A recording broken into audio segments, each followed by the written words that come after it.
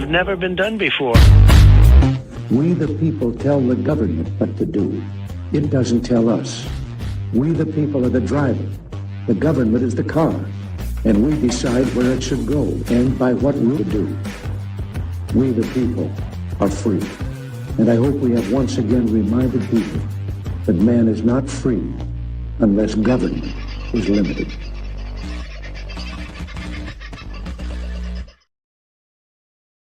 Well, g'day folks, how you going? Hope you're having a nice sort of a start to your week. I know the week started yesterday, but you know how it is with Man Mondays. Sometimes it works, sometimes it doesn't. Yesterday, you wouldn't have liked me. I wasn't in a very happy mood yesterday. Lost a windscreen. Still not happy about it. Not insured. That's why. $1,300. Anyway, that's a bad thing. Let's not talk about that. Let's move on to much nicer and more wonderful things. The lovely Connie in the house. Hope you are doing well, Dale, and you and yours have had a good weekend and a good Monday, a good kick-off to the week. The lovely Lady Ryder is in the house. I hope you are doing well too. Seeing if I've got some pictures here I want to show you. Yes, they've turned up. The lovely Aussie Sue is in the house.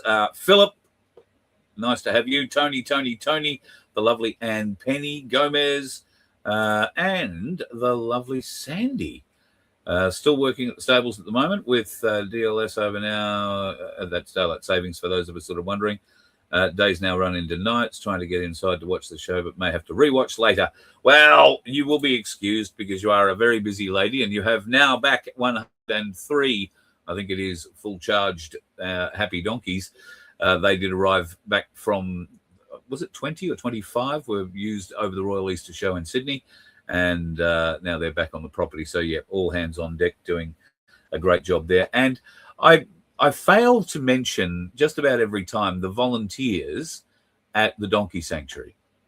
There are people who come up from Sydney. There are people who come, travel hundreds of kilometres south and east to just come and spend time.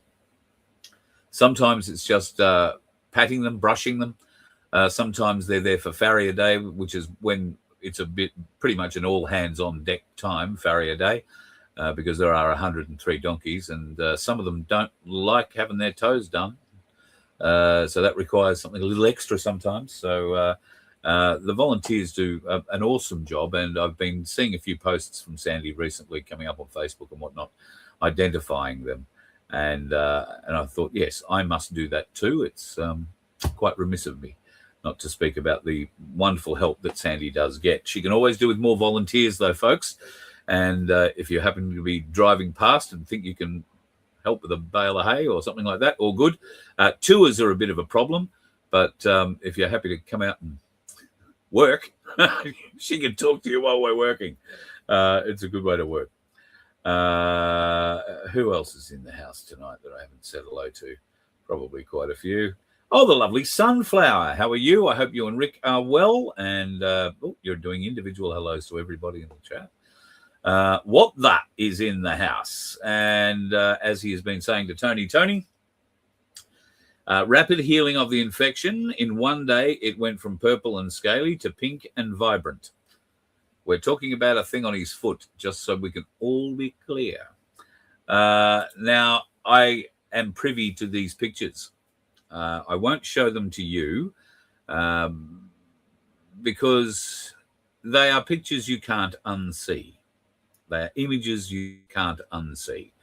And it might be very gory for certain members. So we won't bother showing you. However, the wound, so to speak, is looking the best I've seen it since it's happened. And what that concurs. He's very happy with the service that he's getting from the doctors and the nurses at the hospital. There was this little concern of the infection that had developed on top of his foot, but those images that he sent me today where he outlines here that they're looking pink and vibrant, they are certainly looking pink and very healthy and very vibrant. So with a bit of luck, the bug is dead inside his foot, and now we're just getting to the next stage, which I will ask for our healing team to take a little bit of notice. Tomorrow, by the looks of it, there is every chance that what that will be going in for, I'm going to call it capping surgery. That means that the current very large hole that is in his left foot, where his two toes used to be, is going to have a mesh kind of thing attached to it, and skin will be able to grow over this at a fairly rapid rate and grow in, cover the foot area in. This is a good thing. We are hopeful that Greg manages to grow lots of flesh very, very quickly. Doctors see no reason for him not to come on the cruise in a couple of weeks' time, May 4th. That's what we're counting down for. We are desperate to get him out of the hospital by then and get him on the cruise. So we will do whatever we can, but ultimately we are not going to... yeah, Greg, I could probably show the pictures. I'd need to edit them just a little bit. And I won't do it while I'm talking to you because it's a bit of a distraction. I'm seeing what he's saying there. So with a bit of luck, there will be more skin over the hole, and we'll be able to show you that. Won't make it quite as queasy. And we'll be able to get him on at least 1 foot and maybe 2 wheels to get him on the cruise, which would be awesome.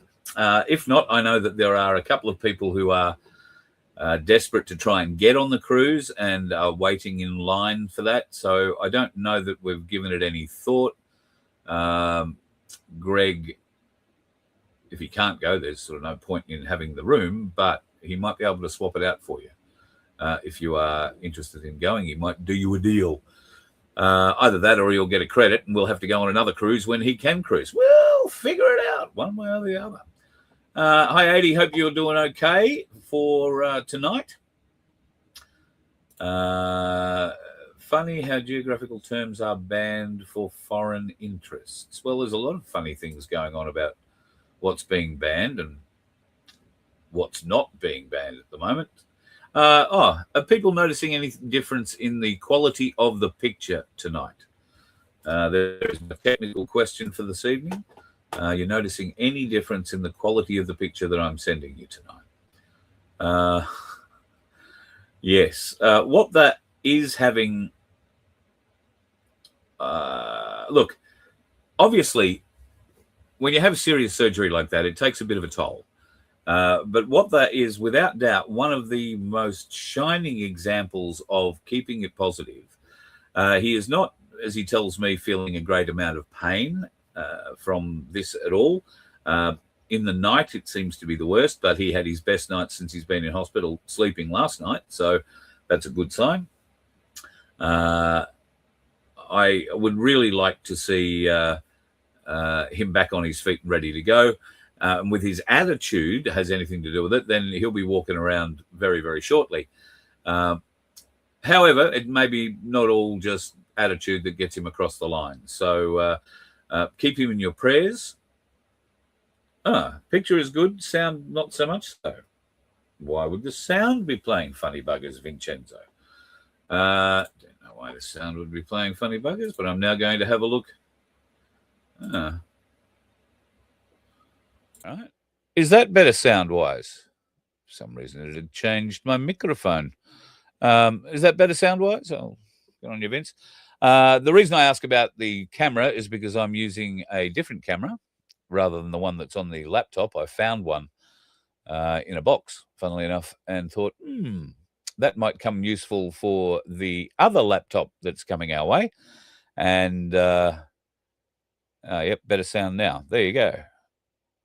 Just managed to change microphones. For some reason or other, it had taken the one out of the laptop, which is probably not working just like the laptop. Tony did a session last night of healing session. I gather that would be for what that. And Rachel has been sending me some wonderful videos of Jimmy and the house full of hounds that she has dog sitting down in Tasmania. So I'm sure Rachel will be remembering you and the healing over the next, little while. I think you're talking most days, so I'm pretty sure the healings for you is going on day and night, Greg. So we want you on that boat come hell or high water, brother. So just keep pushing it. The Silver Fox The dulcet tones of Carl. What's that doing for you? Didn't know you cared that much, old Silver Fox. I found out something interesting the other day about my voice. You'd think I would have learned a bit about my voice over the years, but I learned about my singing voice. I learned that I'm not a baritone. I can sing baritone, but I'm not a baritone. I am something that is deeper than a baritone, something called an octava or something like that. They're the ones that do the really, really, really, really, really deep notes, and I can do that. So I don't know that that means anything, but I hope you enjoy it. It's the frequency, folks. I'm sure if I was saying better words, we'd have a greater effect, but it is the frequency that matters. So, speaking of frequencies, let's get into it, shall we? Getting a lot of action to this little creation that I put up last week. It's been shared by an awful lot of Victorian farmers, but it should be shared by every farmer everywhere in this country, and it should elicit a huge reaction in normal everyday Australians who probably don't understand where milk comes from, much less how wheat is needed to have things like, bread. But we need to educate a lot of very silly people who live in the city. Some of those very, very silly people who live in the city are now coming onto country people's land. Nick took the bus out today from Billboard Battalion. Wade, unfortunately, wasn't able to travel with him, but this is a property down near Witcherproof in Victoria. The V&I West people have turned up this morning to try and get onto this property to do a survey. They were denied access. There were about 20, 25, 30 people there to deny them the access. It was all very peaceful, and it was over and done with in a matter of minutes.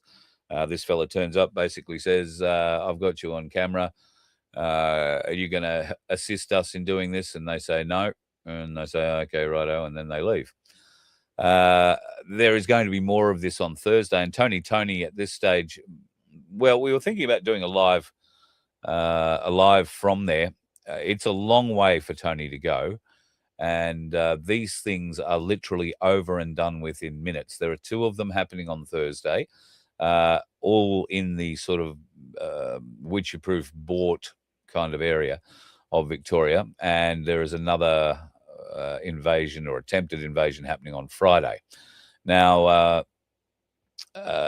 Billboard Battalion and Nick will be going. We can only go if Nick goes, because where these things are, we don't have any phone coverage. So to get a signal out of there will be difficult, to say the least, if Billboard Battalion don't turn up. But at this stage of the game, if the plan is that they're going on Thursday, then I think Tony will be joining Nick in the Billboard Battalion bus, and the Voice of Freedom Stringer will be riding shotgun with the Billboard Battalion offsider of Nick, and together they're tear-assing around northwestern and central Victoria on our behalf. So look forward to more of that as it becomes clearer. But it is a long way to go for just a few minutes, and we'll see what happens. If you happen to be going through Mannum in South Australia, folks, I want you to stand to attention. Pull over on the side of the road before you do that, because if you see that flag in your street that you happen to be driving past, it is a brand new Australian flag, and it's hanging from a brand new Australian flagpole, which was, I must say, with a mild amount of surprise, installed by one fella's children, and I'm very pleased that they installed it. I'm very proud that they installed it, as is he, I'm sure. Of course, I'm talking about Vince and his kids. This is the new flag in Vince's front yard. All power to him. All hail the Aussie flag. Bloody great effort, mate. I'll send you a red one. We'll get it right eventually. But bloody good effort. Well done. Very, very, very well done. And thank you for so many other things that you do. continually do, like answer the phone to me and answer stupid questions, but also gives me some of the best advice I've had in my life as well. Like, shut up, Carl. Pull your head in, Carl. Do a show on Monday nights, Carl. Oh, and don't forget the merch, Carl. He keeps saying that. Don't forget the merch, Carl. And he has a point, folks, because we don't want to be... I'm conflicted when it comes to trying to push the merch and all that sort of stuff. And Vince talks about it. and everybody makes very good sense about it. And I'm being just a dickhead about it, I know. But I find it very hard for me to push this. The fact of the matter is, we do have to eat. And Vince has $300 worth of server fees that he has to pay every month, most of which are to do with Voice of Freedom or FBN. We cover those. We pay what we can every month through those fees, and others, like the StreamYard thing we use and all that. We've got costs of over $1,500 a month that we've got to make. In fact, it's over $2,000 a month that just to keep this show going. Just to keep the show going. I'm at a point now where I've not got too much left to sell, but I'm willing to sell everything to keep this going. I find it easier to go and sell everything than I do to ask you for help. So that's why you don't hear me talking about how you can help all that often. But you can help us at the merch site. You can buy a cup, you can buy a hat, you can buy a shirt, you can buy a sticker to help Ben Robert Smith. You can help any which way you like. If you don't want any of those things, then maybe you'll just buy us a coffee, use the donate button on vofhq.com. That will help. Every little bit helps, and we do manage somehow through God's grace and your gifts, we manage to scrape through on the skin of our bum every month. And it is scraping through. There are no large bank accounts in Vince or my life, trust me. And while we're not asking you cruises to pay for it, because it's something we wanted to do, we're covering costs of shirts and all that sort of stuff for the cruise. It's something we wanted to do, and we admittedly thought we were going to be in a slightly better financial position to pay for it all at the time when we decided to do it. But we've had one or two things happen, computers and now a windscreen, amongst other things. But we've had a few breaks in transmission for that reason, and therefore we've taken some big hits to the bank account. It's only natural, but at some point, I don't know, something's got to give. And I'm not prepared to stress Vince out too much. Vince, as we've discussed before, has, some health issues. It's not that he's a very unhealthy bloke, but he has some health issues. And I do not want to exacerbate those in any way, shape, or form. And if I could relieve any worries that he had about paying those server fees every month, it would be a great relief to us both. So if you can help, folks, that would be marvelous. VOFHQ.com, or you can go to our merch site, merch.vofhq.com. You can still buy. We're still trying to get rid of $750 in our lottery. Unfortunately, people in Victoria, you are unable to buy a ticket because of the scum that runs your state. Everybody else can go in. We've only got 20 tickets available for you to buy at any one time. I think there's about 500 tickets left. We're desperate to get rid of this to $750. And then we're not going to have a raffle for a little while, but we do have 5 ounces of silver and some grams of gold that we are going to be putting together into some prizes. And we'll be offering them up, but we can't do that until this lottery is over.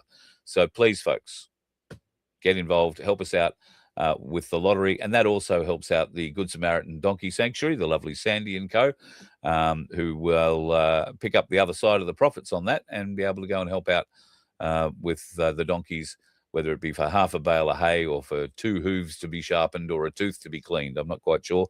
Money doesn't go a long way these days. So, but if you can help, it would be greatly appreciated. All right, let's kick off into... sorry. Thank you. I just switched over to the chat and saw that. Thanks, Giselle. That's wonderful of you. Really appreciate it. I really appreciate it. Thank you. Try and scroll down the bottom and get back to where I was with pictures. All right. What's been going on in the world? Well, Israel. We've been talking about it for a long time. We've been saying it, maybe not in direct terms, but we definitely have been saying it in indirect terms. And now Israeli soldiers are proving it for themselves.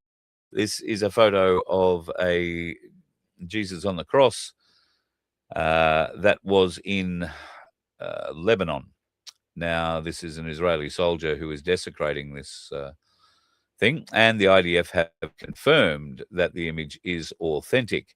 They have taken swift and decisive action to hold him fully accountable. I think they're talking about the bloke who took the picture, not the fellow with the sledgehammer. There is more Christians dying at the hands of Jewish bombs in Lebanon at this hour than have ever been killed before. That is the message that's coming out of Lebanon. Christians are being murdered by the Jews. Yes, there'll be many people saying, but aren't Jews Christians? No, they're not. And this is where I think we have a little bit of break in transmission with a lot of people. They just simply do not understand how it actually works, sadly. There's going to be, apparently now there is a ceasefire in Lebanon. Israel has had their head pulled in by Donald Trump. Enough is enough, I think, was the quote. Now, Israel have apparently deferred their attacks briefly and have sent ground troops in. And that's obviously where that picture has come from. That means that the airstrikes may have stopped for a little while, but this is a land grab, and it's a continuing land grab. And I don't know how people in the world aren't figuring that out. Obviously, what's going on in Iran at the moment, too, with the boats, the blockade, then there's no blockade, then there is a blockade, then hang on, there's two blockades. There's one from Iran, and there's one from America. The Americans seem to have gotten serious, and an Iranian ship that was heading back to its own port. All right, so it was coming in from outside and heading back in through the Straits. It refused all calls by the American ships to pull over and be boarded. They wanted to know what it was carrying. They kept plowing on. The Americans, in the what's called in the clear, broadcast a number of messages in the clear for that ship to clear and evacuate the engine room of the ship. And then once the Yanks decided it was clear, they blew a hole in the side of this boat, in the hole in the side of the engine room. Now, they were nice about it. They didn't sink the ship because that would be stupid. The hole that they blew in the side of it is quite large. It's probably 20 meters by 20 meters, but it's above the waterline. So water isn't pouring in. And what it definitely has done is disabled the engine. So they're not going in. But what did they find on there? Well, as that little joyous piece of news there says, the Iranian cargo ship, which was taken into control by the US Navy and Marines, was loaded with ammonium perchlorate, that stuff, sodium perchlorate, that stuff, and sodium chlorate, oxidizers and propellant chemicals like dual-use materials, which can be used in the production of ballistic missiles. I don't know what else they can be used in production of that Iran might be producing, but certainly in the production of missiles and fuel for those missiles, you probably think the Americans are semi-justified. However, it is American propaganda and it is a war, and the first casualty of war is truth, after all. A lot of people are giving up on Donald Trump, and I've got to say, he has done some significant things in the last little while that would make most people who have been supporting him for some time and MAGA feel that they've been cheated. There is a bigger game going on with the oil in the world, I fear. And Donald Trump is playing it very, very, very well. I don't think, there's very little doubt in my mind that we will see the shooting start again in Iran very shortly.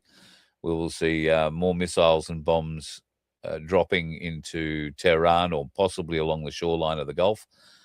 I think this pause, this ceasefire that they've had, has allowed the communication channels to open up. There's obviously been some derision and division in the Iranian camp, meaning that there is a political side that seems to be doing some form of negotiating with Trump, even if they're not agreeing to anything.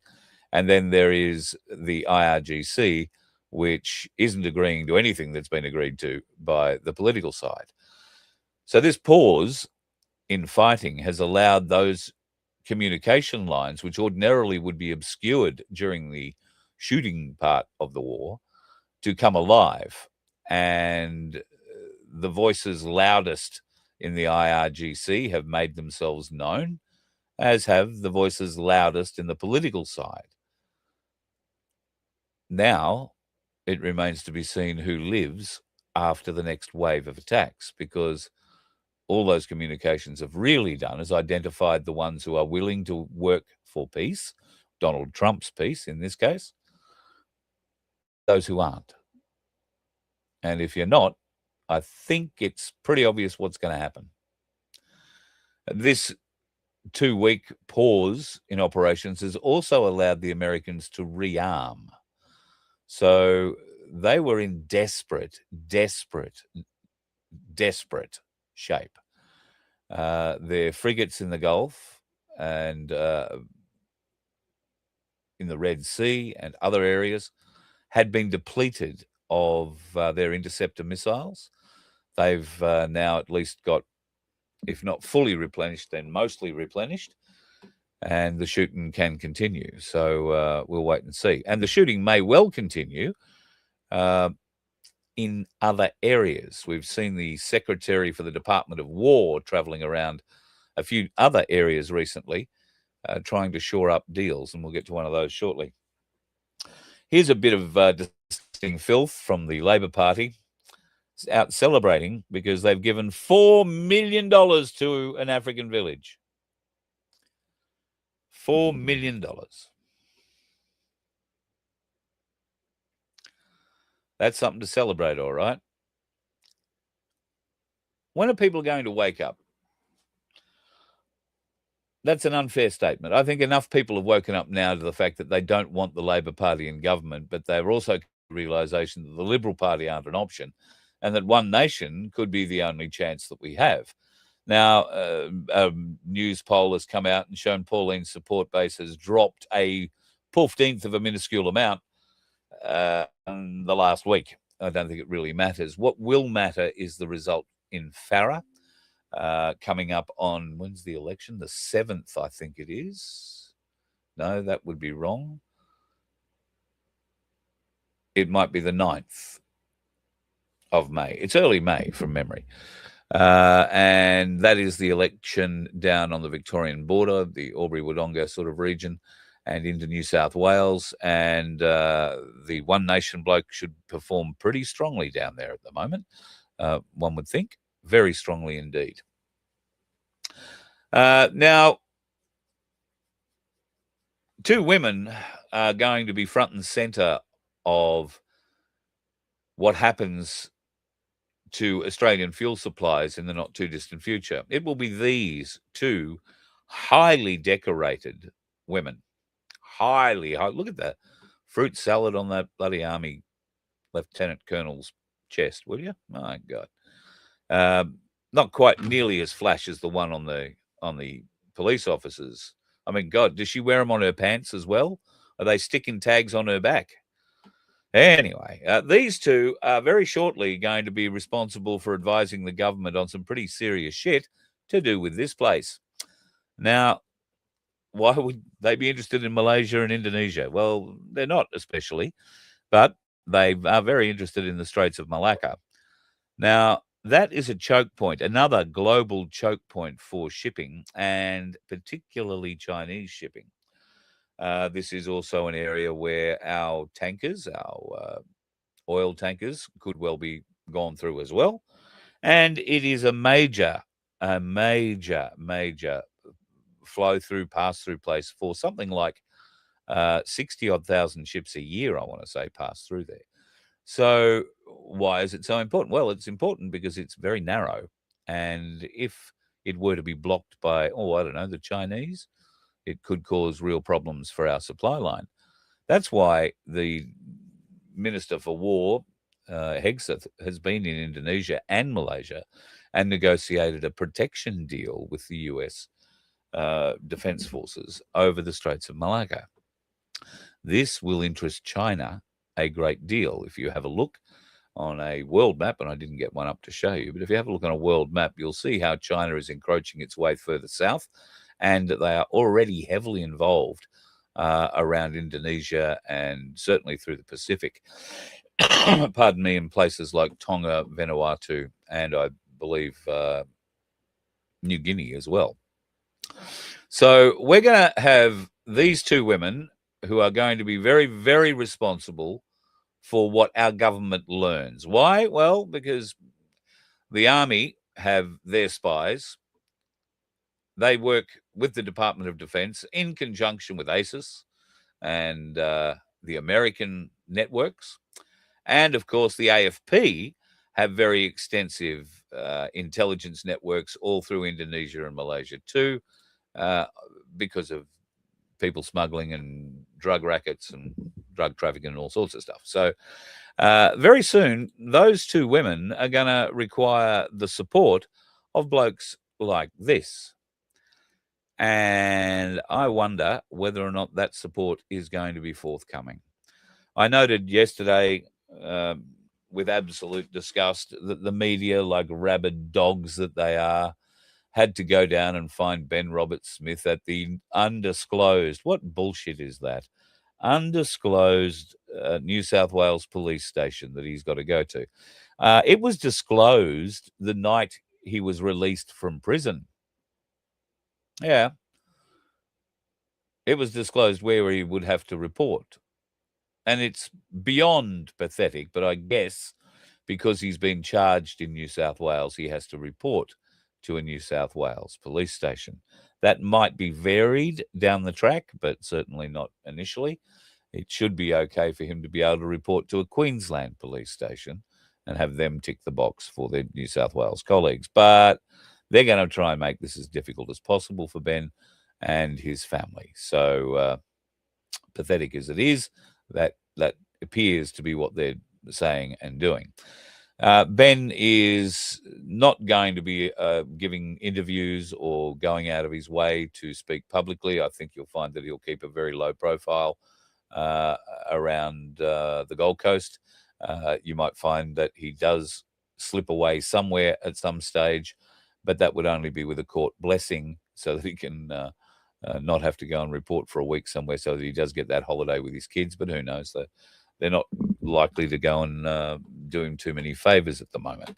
I can say that while Ben has been released, the feeling amongst returned servicemen in this country hasn't changed. And I'm a little fearful for what's going to happen inside RSLs on Anzac Day, because the lack of respect that the enlisted men are being shown, men and women, are being shown by the upper echelons of defence leadership is going to be a major form of discussion and potentially some division. The circumstances surrounding the arrest of Ben Roberts-Smith have motivated people ordinarily I wouldn't think would give a shit. And I'm going to use a very personal story here to explain that. My mother is 90 years of age. I got off the phone to her a few minutes before the show started tonight. We were talking about Ben Roberts-Smith, and I have never heard her more animated in the protection of him and just how filthy the Australian government and Channel 9 are for even attempting this story. Now, is she aware of all the ins and outs of the story? No, she's not. She just knows that what they're doing is wrong. Right? She just knows it at a base level. At 90 years of age, never been involved in the military or a supporter much, I'd have to say. But what they're doing to him has made her angry. And if you can upset a 90-year-old woman who still plays 18 holes of golf once a week, then you're upsetting a lot more people than you might imagine. And Anzac Day is going to be the day where Australians come out, remember our fallen with great respect, but they are going to show their support for Ben Roberts-Smith and the other men like him who are facing serious charges. Ollie Schultz would be one of those. There is a whistleblower who's currently locked up under the whistleblower protection laws. A lot of protection they afforded him. These are the people that need our support on Anzac Day. And we'll get it. We'll get it from everyone who isn't an officer. Because the officers are the ones who've set themselves apart or been set apart by this investigation, this Brereton inquiry, where its first order of business was to excuse everybody above the rank of captain. No need to look here. No, just the people who were on the ground. Thanks. Don't worry about the ones who gave the orders. That is disgusting. Absolutely disgusting. And is it any wonder that our veterans are returning their medals and spitting on the memory of their service? This Labor government, and I'm prepared to say Liberals as well, but particularly this Labor government in its last 2 terms, have done more to damage the Australian nation as a whole than anything I've ever seen in my lifetime. They've been able to destroy us on a variety of levels, from family through to national defence. And here we are, 3, 4, 5 years down the track of trying to wake people up. And while the number is growing, we're still battling. And if we were to go out in the streets tomorrow and start shouting a lot of what we know to be true, we would still get the morons who come out and say, oh, no, it's perfectly safe to go and get the jab. You don't have to worry about the jab. Well, why do we have blokes like this fella dying? Right? This bloke was 57, Patrick Muldoon. I don't remember him from Melrose Place, but I really only remember the girls from Melrose Place, if I'm honest. But I do remember him from Starship Troopers. He's just the latest, but here's a few just since January. Robert Duvall, Catherine O'Hara, Eric Dane from Grey's Anatomy, young bloke, 53. James Vanderbeek, 48, from Dawson's Creek. Some bloke from Buffy and the Vampire Slayer, he was 53. Mary Beth Hurt, who was an acclaimed film actress. They just didn't mention any of the acclaimed films she was in. She was 79. Valerie Perrin from Superman, 82. Patrick, he was 57. There's been James Tolkien, too, from Back to the Future. He played... he was the principal, I think, in Back to the Future. He passed away at 93. Neil Sedaka has passed away this year, just since January. All these people just since January. Bob Weir, Grateful Dead co-founder, he's gone too. We've lost directors, we've lost producers, we've lost Chuck Norris. What would you call him? A bloody legend. Jesse Jackson, civil rights leader, he's passed away. All of these people were very, very high proponents for the jab, you might recall. Encouraging you to go and get out amongst it. Thank you, Silver Fox. Thank you so much. Well, the jab has caused a huge distrust in our medical system. Now, this business with Ben Roberts-Smith has caused a huge distrust in our defense system. The jab, while it caused distrust in our health system, it didn't just cause damage there. It also destroyed our trust of our police and our justice system. We saw how easily it was for corrupt governments unthinking politicians or lazy politicians. I don't care. Maybe just evil politicians. I prefer to think they were lazy, who took the advice of their advisors, didn't bother reading the reams of paper that say, oh, yes, this is a medical experiment. Nobody really has to do it. And, yeah, if you force people, it's against the Nuremberg codes. And no, they didn't read any of that. They just believed what their advisors, the bureaucrats, told them and plowed on regardless. That isn't any kind of an excuse.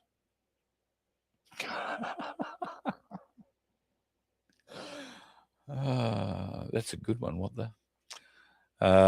they just typed up for those folks who are listening and not reading in the chat. Put it up again for me, Vince, will you? Chuck Norris died 20 years ago, but death was too scared to tell him. Oh, yes, very good. Well, look, I know that recruiting in Australia is dying in the arse. There are very few people now who would stick their hand up and voluntarily go to war for a bunch of old men. And, well, it's not so much old men now. It's looks like a 12-year-old from the army running the army, but she's apparently 50-something. So she's aged very, very well. Congratulations to her. But thank you, Jean. This is a DEI placement that is upsetting people in the army to a huge extent, so much so that the re-enlistment numbers are expected to drop significantly, and they're offering big bribes for you to re-enlist, to stay enlisted. When I say big bribes, you get a tax-free sign-on bonus of anywhere between $40,000 and $80,000, and that's only for people who have no rank. If you are further up in the chain, you're likely to get a lot more. If you've got a skill, like you're a pilot, they don't want you leaving to go anywhere just yet, and can actually command you back into service for as long as they really want, particularly in wartime. But they do pay you very well. A very large bonus for signing back on, and here do another 4 years, and you'll pay half your house off. Well, it's not quite that big a bonus, but you get the idea. They're very good at bribing. They have to be, because getting new people in is something they're now looking at doing from overseas. Yes, you may not have to be an Australian citizen to join the Australian Defence Forces. Yeah. We'll talk about that on another night. Britain's SAS soldiers have had enough as well. They are resigning en masse over the witch hunts that are now starting to happen in their country. Yes, in the UK, lo and behold, the powers that be are on a witch hunt for the special forces in the UK as well. Now, when our top echelon Tier 1 operators resign, and that's what is going to happen here in Australia as well, because these are the bravest of the brave. These are the men that will do things that you or I couldn't do, because they have to be done for the protection of our nation.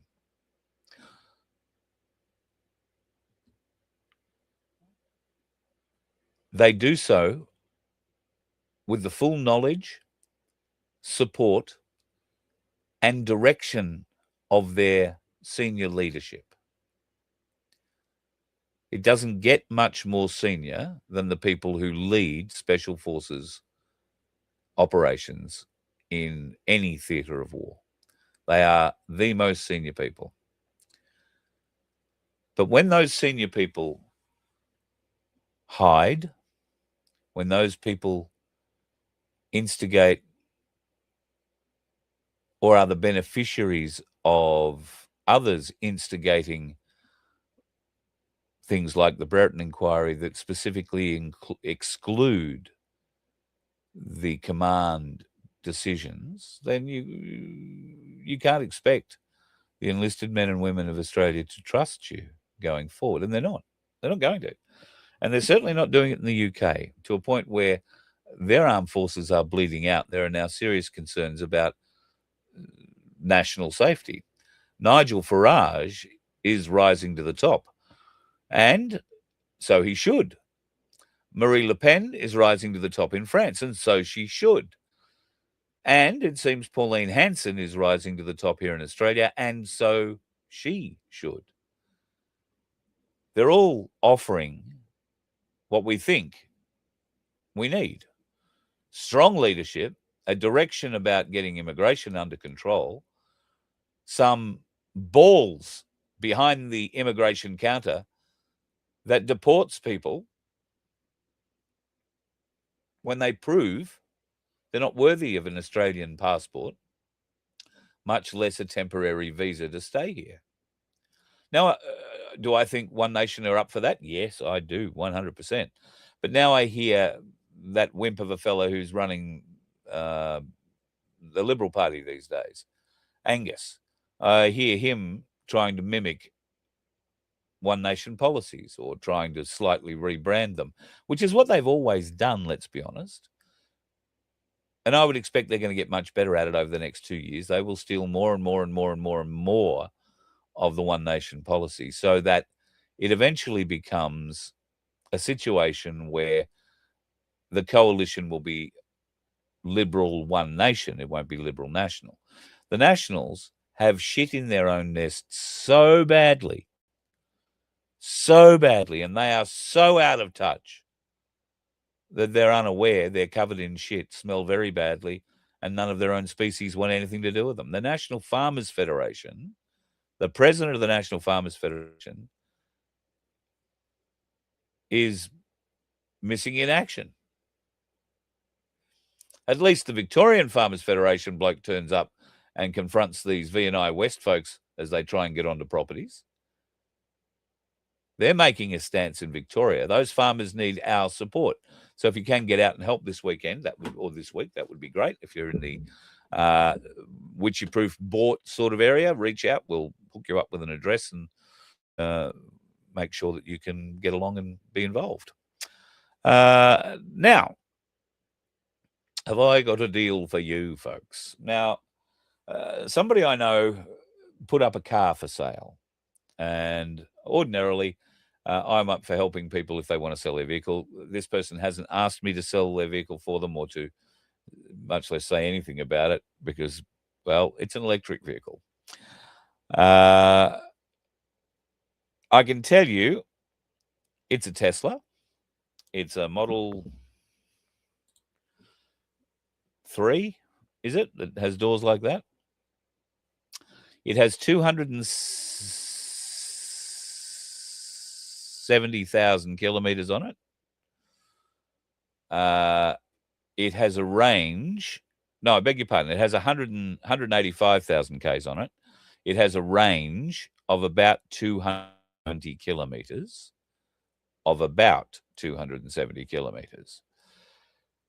When she bought this car, she paid $175,000 for it. Not all that long ago. $175,000 for the Tesla. She's asking $55,000 for it. So it's depreciated $125,000, done 185,000 Ks, and now has a usable driving distance of Gold Coast to Brisbane and a couple of errands and back, or maybe Geelong to the city, Melbourne, and back 3 or 4 times. 270 Ks. I'm just trying to think. If you were driving down the Pacific, you would need to stop. All right, you'd charge up in Brisbane. You'd get to the border, but you would have to charge up at Chindera because you would never get to Ballina. You'd probably want to top up in Ballina because that's another 2.5 hours, say, to Coffs. So, yeah, I would top up in Ballina, then get to Coffs. You'd want to top up there and then get to Port Macquarie, where you'd probably top up again before getting to Gosford. You'd need to top up before you went through Sydney if you were taking the tunnel down to Canberra, because the next opportunity you would have would be somewhere like Pheasant's Nest or somewhere the other side of Sydney. Wow. Would you buy a second-hand electric car for $55,000. As nice as it is, I'm sure it's a beautiful car. It has insane mode. I mean, that's the only reason I'd ever get in a Tesla. Let me drive it in insane mode. But you want a racetrack for that. Yeah, new batteries are worth what the car's selling for. Exactly. And how long are those batteries going to last? Or like everything else that I've got a battery in, is it just going to get less and less? So one day you'll drive to Brisbane and won't be able to get home without a charge. And at which point does it become stupid? And do you think, well, my $55,000 is wasted. How much can I sell this for? And in 12 months' time, you won't be able to get $20,000 for it. I would say within 2 years, you might get $5,000 for it as a firework. I don't know. Pete from Pinaroo. We might have a new firework option here. If we can figure out how we can insert enough screwdrivers into enough lithium-ion car batteries at the right time, set to music, we could do the new Skyfire on the ground. Just lithium car batteries exploding. There you go, $1 million idea. Everybody has one every day. I don't think that'll be mine, but good luck with it if that's what you'd like to try. Even if they built the car with solar panels, the fools would line up. Yeah, of course they would. They'd line up there for their EV, 100%.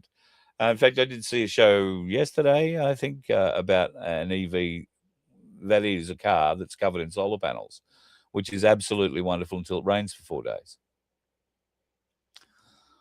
And what's he do with then? Well, then he hooks a trailer on that has a generator on the back and a hose or the power plug that goes from the generator to the charger. Yeah, I shit you not. How much does $55,000 buy in fuel? What a very good point, Tony. Your $55,000 in fuel would take you quite a few kilometers, I would have thought. Especially if you're just buying unleaded at the moment, because it's much cheaper than the diesel side of things. Although, have noticed that diesel prices are coming down. I had another look at the map today too. There is a lot of ships around Australia, a lot of tankers around Australia at the moment. We have no shortage of fuel in our tanks, in our storages. We have, as what they will tell you, and if you're sitting at the Sunshine Coast at the moment, you can see that there is a huge, nearly 300-meter long crude oil carrier parked off the Sunshine Coast at the moment, waiting to come into Brisbane. It's been there for a couple of days. In fact, there was another one out there with it yesterday. That one's gone in overnight and is at the Lytton facility now unloading. I dare say that it will come out overnight. These boats take 24 hours, sometimes longer, to unload. And then this other one will go in and come back empty. There are boats coming from Argentina. There are boats. In fact, the boat that is currently in waiting, the one we're talking about, I'm just trying to remember what a weird name, Front something or other. It has come not from any of the usual places. It has actually come out of the Red Sea and come the long way, all the way around to us. So there is oil coming into the country. The refineries are still working. Don't listen to any of the bullshit about the Geelong refinery not being able to produce fuel anymore because of the fire. That fire was in a plant called the Mogas plant.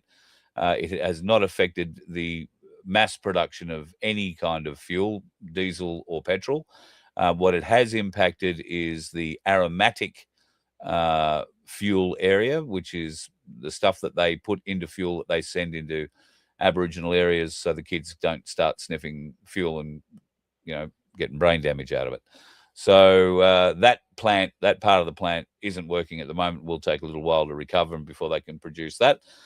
So in the meantime, I guess it's up to the people who are selling fuel in those settlements to try and keep the kids away from it. But kids will be kids. And as I've been saying for years, folks, we all have choices to make. And choices are a wonderful thing. Kids want to make them. They want to have freedom of choice. They want to be able to make their own decisions. And that's all good. But just like us all, there are consequences. And there are consequences to every decision. that you make. And if picking up a tin can full of petrol and sticking your nose in it has the consequence of killing off more brain cells than you originally intended, well, that's very, very sad. However, there is an NDIS plan for you, and there'll be somebody around to take advantage of you. I'm sorry, there'll be somebody around to take advantage of it to help you. So all things, good things going forward. All right, folks, going to love you and leave you tonight. Diesel's just having a bit of a glance down. Diane, I sold my BMW convertible 5 years ago and bought myself a Subaru Forester. Bloody great cars. It's 2014, hasn't missed a beat, cheap on fuel. I know plenty of people, Aussie Sue, who have Subaru Foresters. Hello, Tanya, if you're watching. That Subaru Forester that Tanya had in particular has done a hell of a job. It was loaded up like a B-double semi-trailer and driven from the Gold Coast to Cooper Pedy there at one stage and back again on more than one occasion. Did a magnificent job. In fact, I'm not sure it's still not doing a great job. So God love you, Tanya, if the old Forester is still kicking. It was a good old car. I remember the day you picked it up. If you would like to go and help us, folks, you can do so by popping off to our merch site. Vince has been kind enough to put it up, merch.vofhq.com/shop. We have a lot of cups with a lot of weird words on there. You can learn some new words and hopefully educate your friends around them. We've got a cacostocracy. We want to stop that. It's full of, oh, I nearly said a bad word. Golly, snolly-gos. Go and have a look. Snolly-gosters. I think I've got that right. And a few others. Great words that we don't use anymore. Why? Because they mean things, and the people who don't want us to know those things don't want us to use the words. It is not just weird ones like cacostocracy either. There are a lot of other very meaningful words that have been taken and hidden from us, folks. So a little bit of education goes a long way. Diesel is $2.88 in Melbourne. I paid $3 on the head, $3.5 the other day. And yes, it was rather ugly. Oh, well, yeah, shit. Aussie Sue, that's a good drive. You loaned the car up to Mount Isa and back to Russell Island again. That's a good trip. That's a very good trip. Snot gobblers.